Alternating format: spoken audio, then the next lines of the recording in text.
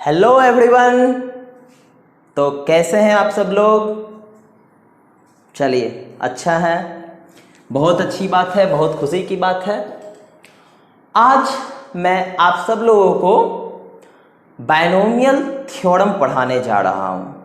ठीक है, तो सभी अपने अपने कॉपी पेन निकाल लें और उस पर एक बड़ा सा हेडिंग डाल दें। क्या चीज? Binomial theorem. ठीक है, बायनोमियल थ्योरम। इसके पहले, बायनोमियल थ्योरम के पहले मैं आप लोगों को लीनियर इनइक्वालिटीज के बारे में बता चुका हूं। उसके 3 वीडियोस थे जिसमें मैंने लीनियर इनइक्वालिटीज के बारे में बताया क्या होता है, उस पर बेस्ड प्रॉब्लम को मैंने करवाया, और तीसरा वीडियो में मैंने बताया कि कैसे ग्राफिकली उनको सॉल्व कर सकते हैं अगर उसका एक वेरिएबल से अधिक हो जाए। ठीक है, तो अगर वो वीडियो अगर आप लोगों ने नहीं देखा तो जाकर के जरूर देख लें। डिस्क्रिप्शन लिंक में आपको मिल जाएगा, आई बटन पर भी मिल जाएगा, आप जाकर के वहां से वीडियो को देख सकते हैं। ठीक है, क्योंकि लीनियर इनइक्वालिटीज काफी इंपॉर्टेंट चैप्टर है। अगर आप आगे चल करके क्लास 12th में जाते हैं, कैसा बेवकूफ वाला बात करते हैं सर, जाना ही है क्या? तो जितने भी क्लास 11th में पढ़ रहे हो तो 12th में जाना ही है। तो 12th में जाने के बाद जब आप लोग डोमेन और रेंज पढ़ेंगे या फिर आगे चल करके जो भी चीज पढ़ेंगे तो वहां पर आपको लीनियर इनइक्वालिटीज का बहुत जरूरत पड़ेगा। ठीक है, इसलिए उसको ध्यान से पढ़ लें। ठीक है, इनफैक्ट एक और चीज कहना चाहता हूं कि क्लास 11th के मैथमेटिक्स में जितना भी टर्म है लगभग आपको क्लास 12th में यूज होगा ही होगा, इसलिए ध्यान देकर के पढ़ाई करें। चलिए, आज का हमारा जो चैप्टर है बायनोमियल थ्योरम, यहां से शुरुआत करना चाहता हूं। ठीक है, चलिए देखते हैं। बायनोमियल का मतलब क्या होता है? बाई का मतलब सबको पता है, डाई होता है। केमिस्ट्री में बताया गया होगा कि अगर 2 को रिप्रेजेंट करना है तो उसको न्यूमरोलॉजी में या तो डाई लिखेंगे या तो बाई लिखेंगे। कहीं कहीं डाई यूज होता है, कहीं कहीं बाई यूज होता है। ठीक है, और कहां डाई कहां बाई यूज होता है ये आपको केमिस्ट्री के टीचर बहुत अच्छे से बता चुके होंगे। ठीक है, तो यहां पर बाई का मतलब क्या हो गया? डाई। और डाई मतलब क्या होता है? 2, सबको पता है, सब एकदम होशियार है। नोमियल का मतलब क्या होता है? एक्सप्रेशन, टर्म, जो कहना है कह सकते हैं। चलिए टर्म लिख देते हैं।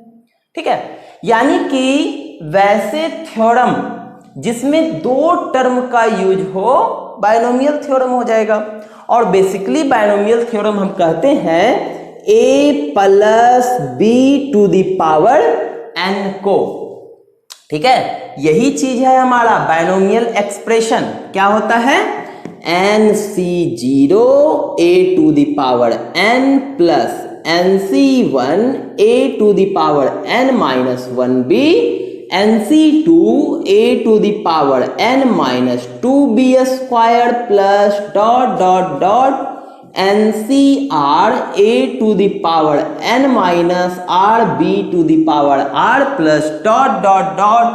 ncr a⁴n-rb⁴ +n ये जो एक्सप्रेशन आप लोगों को दिख रहा है, that expression is called binomial theorem. इसी को कहा जाता है बायनोमियल थ्योरम। वेयर, जहां पर ये जो हमको दिख रहा है nc0 nc1 nc2 nc3 ... ncn, इन सभी को कहा जाता है बायनोमियल कोफिशिएंट्स। ठीक है, इन सभी को बायनोमियल कोफिशिएंट्स कहा जाता है। और ये है क्या? ये एक तरह से ये कॉम्बिनेशन वाला टर्म है, कॉम्बिनेशन NCR, इसको हम लोग कॉम्बिनेशन कहते हैं। हमारे पास n ऑब्जेक्ट्स है अवेलेबल और उसमें से r ऑब्जेक्ट को हमको कंबाइन करना है, तो इसके लिए क्या करते हैं? Factorial n bye factorial r, n - r का फैक्टोरियल। ठीक है, इतनी बातें आप लोगों को क्लियर हो गई होगी कि बायनोमियल थ्योरम क्या होता है, इसी को बायनोमियल थ्योरम कहते हैं। हालांकि इसको प्रूफ कर सकते हैं मैथमेटिकल इंडक्शन के मेथड से, ठीक है, लेकिन प्रूफ का कोई खास काम नहीं है। आप लोग मेन ये थ्योरम याद रखेंगे, और याद रखने का भी एकदम सुंदर तरीका मैं बता देता हूं, एकदम सुंदर तरीका, एक बार में आप लोग को याद हो जाएगा इतना लंबा चौड़ा थ्योरम, ठीक है। चलिए देखते हैं। सबसे पहला शुरुआत कहां से करेंगे? बायनोमियल कोफिशिएंट से। कहां? जितना पावर है, मान लीजिए यहां पर 8 दिया हुआ था, 8C0, 8C1, 8C2, 8C3, और कहां तक जाएगा? मैक्सिमम पावर्स तक। क्या दिख रहा है ना? NCN, अगर पावर 8 है तो 8 तक ही जाएगा, ठीक है, उससे ज्यादा नहीं लेके जाना है, क्योंकि यहां पर कॉम्बिनेशन में ये पहले से लिख दिया जाता है या बता दिया जाता है कि वेयर R जो है वो हमेशा N से छोटा रहेगा या N के बराबर रहेगा, ठीक है, तो उससे ज्यादा नहीं होना चाहिए। अब उसके बाद क्या है, ये हमारे पास पहले बायनोमियल कोफिशिएंट्स लिख लेंगे, ठीक है। उसके बाद हम पहले टर्म पर आएंगे, ये वाला पहला टर्म। इस पर देखिए मैक्सिमम पावर है, अगले बार में पावर एक कम हो रहा है, फिर अगले टर्म में एक और पावर कम हो रहा है, अगले टर्म में एक और पावर कम हो रहा है, और पावर कम होते होते एक समय ऐसा आएगा कि इसका पावर क्या हो जाएगा? खत्म हो जाएगा। वहां पर इस चीज को रोक देना है, ठीक। बी पर देखिए, बी यहां पर पहले कुछ नहीं था, पावर 0, अगले टर्म में 1, अगले टर्म में 2, अगले टर्म में 3, अगले टर्म में 4, और मैक्सिमम जहां तक जा सकता है, जितने पावर तक जा सकता है लेकर के जाएंगे। कहां तक मैक्सिमम जाएगा? जो यहां पर पावर लगा हुआ रहेगा। और फिलहाल अभी ये जो बायनोमियल थ्योरम है, यहां पर n का मतलब है पॉजिटिव इंटीजर। यहां पर जितना भी अभी n आपको मिलेगा, ये पॉजिटिव इंटीजर के लिए मिलेगा। घबराइए मत, हम नेगेटिव इंटीजर के लिए भी पढ़ेंगे, फ्रैक्शन के लिए भी पढ़ेंगे, हर एक चीज के लिए पढ़ेंगे, लेकिन फिलहाल अभी ये जो थ्योरम है ये सिर्फ और सिर्फ पॉजिटिव इंटीजर के लिए है। कोई दिक्कत? चलिए आगे बढ़ते हैं। तो यहां पर हमने क्या देखा कि पहला वाला जो कोफिशिएंट वाला टर्म है वो कंटिन्यूअसली अपने आप को क्या कर रहा है? इंक्रीज कर रहा है।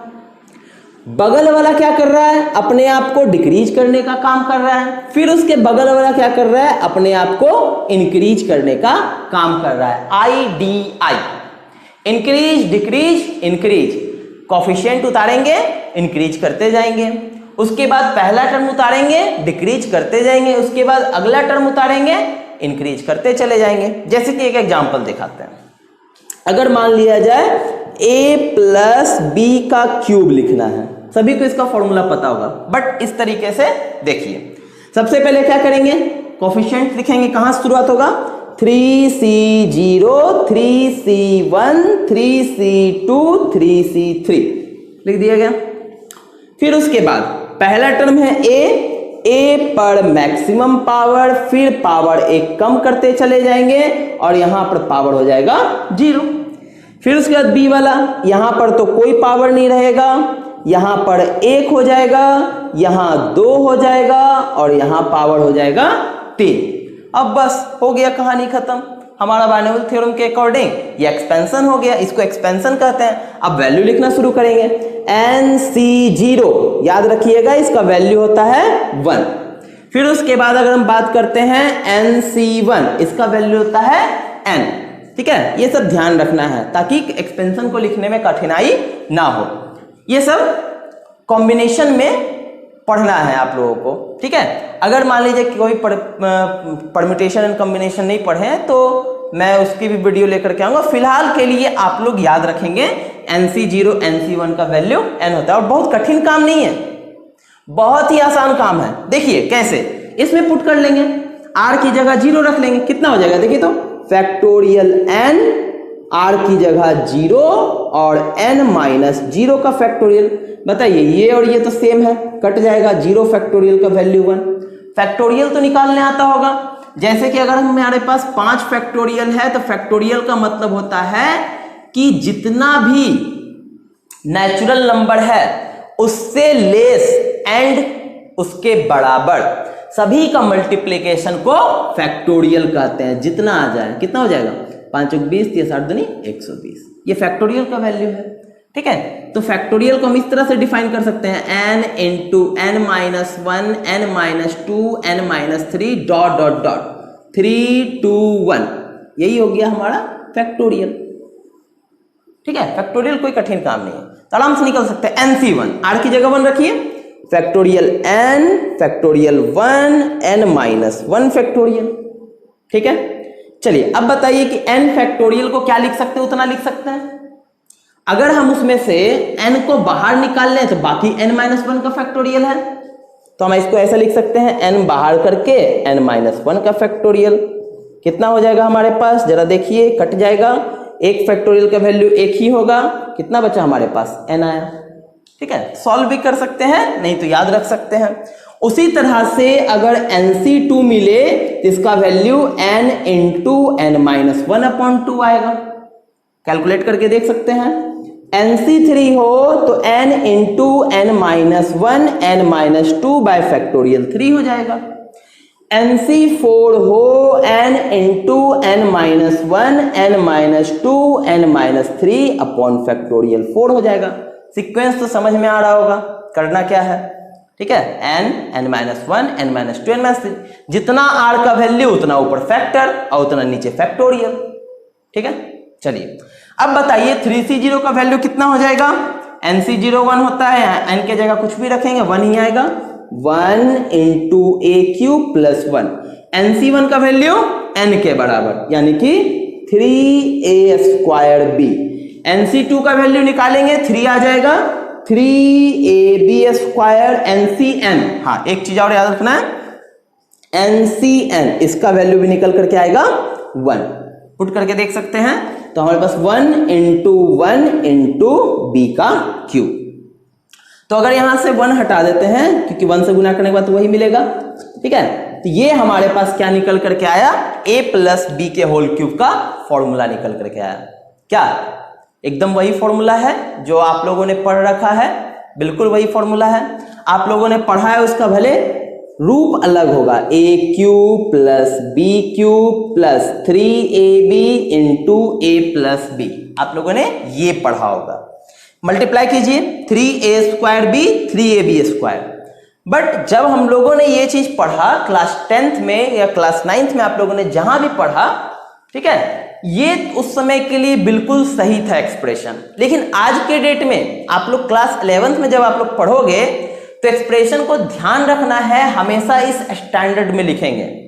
पहला टर्म इंक्रीजिंग, दूसरा वाला डिक्रीजिंग, तीसरा वाला इंक्रीजिंग, या फिर ये कह सकते हैं कि इसका जो पहला वाला जो टर्म है उसका पावर हमेशा क्या होना चाहिए, डिक्रीजिंग फॉर्म में होना चाहिए, और बगल वाले का इंक्रीजिंग फॉर्म में होना चाहिए। वो किस में मिल रहा है, ऊपर वाले में, नीचे वाले में नहीं मिल रहा है। तो अभी के हिसाब से ये एक्सप्रेशन सबसे ज्यादा सही होगा। उसी तरह से ऐसे समझिए कि a प्लस बी का होल स्क्वायर, तो बहुत लोग a square plus b square plus 2ab लिख देते हैं, चलिए ठीक है, लेकिन अभी के हिसाब से ये गलत हो जाएगा। अभी क्या इसका सही है, a square plus 2ab plus b square. यहां पर a का पैटर्न देखिए फिक्स हो गया है, पावर डिक्रीज कर रहा है, खत्म हो गया, b का पावर इंक्रीज कर रहा है। आई बात समझ में। तो इस तरह से हम लोग क्या करते हैं, बायनोमियल थ्योरम को एक्सपेंड करते हैं। आई होप इतनी बातें आप लोग को समझ में आ गई होगी। बोर्ड काफी भर चुका है, इसका स्क्रीनशॉट ले लें, क्योंकि लिख तो नहीं रहे होंगे आप लोग, इतना पता है, जल्दी से स्क्रीनशॉट ले लें इसका। चलिए आगे चलते हैं, कुछ और एक एग्जांपल देखते हैं। ये तो हमने देखा कि a प्लस बी का whole square, a plus b का होल क्यूब किस तरह से आता है। अब हम क्या करेंगे कि मान लीजिए a प्लस बी पे पावर हमारे पास दे दिया जाए कि होल पे पावर 6 निकालिए, होल पे पावर 8 निकालिए। परेशानी वाली थोड़ी सी बात है, लेकिन बहुत ज्यादा परेशानी वाली बात नहीं है। देखिए मान लिया जाए कि आपको कह दिया गया कि a प्लस बी पे पावर 6 का वैल्यू निकालिए। कोई दिक्कत नहीं, हम लोग क्या करेंगे, शुरुआत कर देंगे वहां से। क्या 6C0 6C1 6C2 6C3 ऐसे करके शुरुआत कर देंगे। अब इसको समझने का एक दूसरा एंगल दिखाते हैं।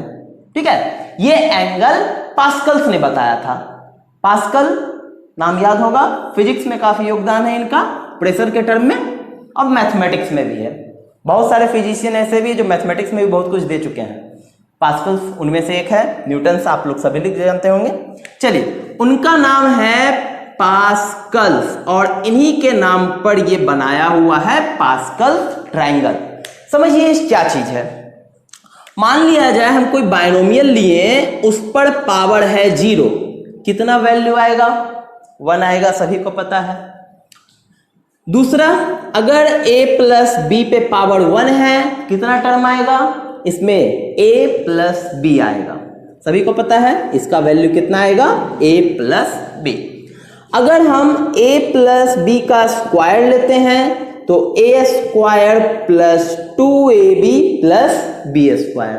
क्या? अगर a प्लस बी का होल क्यूब लेते हैं तो a cube plus 3a square b plus 3ab square plus b cube. इतना होता है, इतना बात तो सभी को पता है, किसी को कोई कष्ट नहीं है, कोई भी कष्ट नहीं है किसी को। चलिए, कष्ट होना भी नहीं चाहिए, होने भी नहीं देंगे कष्ट। अब यहां पर देख सकते हैं कि नंबर ऑफ टर्म्स, अगर इसमें बात करें पहले वाले में, इसमें नंबर ऑफ टर्म्स कितना? 1, पावर कितना? 0, एक एक्स्ट्रा है। पावर 0 है लेकिन नंबर ऑफ टर्म्स 1 है। इसमें देखिए पावर 1 है, नंबर ऑफ टर्म्स कितना है? 2। इसमें देखिए पावर 2 है, नंबर ऑफ टर्म्स कितना है? 3। इसमें देखिए पावर कितना है? 3, नंबर ऑफ टर्म्स कितना है? 4। तो एक बात यहां से तय हो गया कि अगर हमको किसी भी बाइनोमियल एक्सप्रेशन का नंबर ऑफ टर्म्स चाहिए, नंबर ऑफ टर्म्स अगर चाहिए, तो कुछ नहीं करना है, हमको जितना भी पावर दिया हुआ है उसमें 1 जोड़ लेना है। बहुत ही इंपॉर्टेंट बात है, ठीक है। इस बात का ध्यान रखेंगे, नोट लगा लेंगे अच्छे तरीके से कि नंबर ऑफ टर्म जब भी होगा, जितना भी पावर होगा उससे 1 ज्यादा होगा। अगर a प्लस बी पे पावर 11 है, कितना टर्म्स होगा? जोर से, कितना टर्म्स? 12 टर्म्स, बिल्कुल सही। चलिए, अब इसके बाद यहां पर देखिए, यहां पर कोफिशिएंट क्या है? 1 टर्म है, कोफिशिएंट मात्र इसके पास 1 है। चलिए, यहां पर मैं बना देता हूं, ठीक। उसके बाद इसके नीचे 2 टर्म है, इसका भी कोफिशिएंट 1, इसका भी कोफिशिएंट 1, ठीक है, लगा दिया मैंने कोफिशिएंट 1 और 1। इसमें देखिए कोफिशिएंट है 1, 2 और 1। क्या इन दोनों को ऐड कर दिया जाए 2 नहीं आ जाएगा? और अगल बगल में 1 लगा दिया जाए, क्या ये पावर 2 वाला नहीं आ गया? 1 2 1, वाह। चलिए आगे इन दोनों को ऐड कर दिया जाए, इन दोनों को ऐड कर दिया जाए, कितना हो जाएगा? 1 3 3 1। क्या बात है सर, 1 3 3 1, 1 3 3 1। क्या मिल रहा है ना? ये a प्लस बी के होल क्यूब का है सारा कोफिशिएंट। ये जितना भी दिख रहा है टोटल का टोटल बाइनोमियल कोफिशिएंट है, a प्लस बी पे पावर होल 0 के लिए, होल 1 के लिए, 2 के लिए, 3 के लिए। खैर यहां तक तो मालूम था सबको, कोई बात नहीं। आगे के लिए भी अब इसी पैटर्न को फॉलो करते चले जाएंगे, हमको जहां तक का चाहिए मिलते चला जाएगा। देखिए 3 1 4, 3 3 6, 3 1 4, लास्ट में 1 और इधर 1। अब बताइए, आपसे पूछ दिया जाए कि a प्लस बी पे पावर होल 4 लिखना है, तो आपको पता है पहला टर्म का कोफिशिएंट 1 होगा, तो शुरुआत कहां से करेंगे? 1 into a to the power 4। दूसरा 4 होगा, पावर a का घटा लेना है, b का शुरू कर लेना है। तीसरा 6 होगा, a स्क्वायर b स्क्वायर। चौथा 4 होगा, a b का क्यूब। पांचवा 1 होगा, 1 इंटू बी पे पावर 4। कितना आसानी से बन गया, चुटकियों में a प्लस बी पे पावर 4 लिखा गया। बस यहां तक हमको पहुंचना है। 6 चाहिए, 6 के लिए 7 टर्म होना चाहिए ना, 6 है 7 टर्म होना चाहिए, अभी 5 टर्म आया है। चलिए ये हो जाएगा 5, ये हो जाएगा 10, ये हो जाएगा 10, ये हो जाएगा 5, ये इधर 1 इधर 1। फिर से ये हो जाएगा 6, ये हो जाएगा 15, ये हो जाएगा 20, ये हो जाएगा 15, ये हो जाएगा 6, ये हो जाएगा 1, ये हो जाएगा 1। नीचे दिखाई दे रहा है? चलिए ठीक है, बहुत अच्छा। तो ये हमारे पास निकल गया कितना टर्म? 7 टर्म है। अब इसको हम लोग अप्लाई कर सकते हैं शुरुआती 1 से, यानी कि a टू दी पावर 6, उसके बाद 6, a to the power 5b, उसके बाद 15। a to the power 4b², उसके बाद 20, a³ b³, उसके बाद फिर से 15, a² b पे पावर 4, उसके बाद 6, a इंटू b पे पावर 5, उसके बाद 1, यानी कि b पे पावर 6।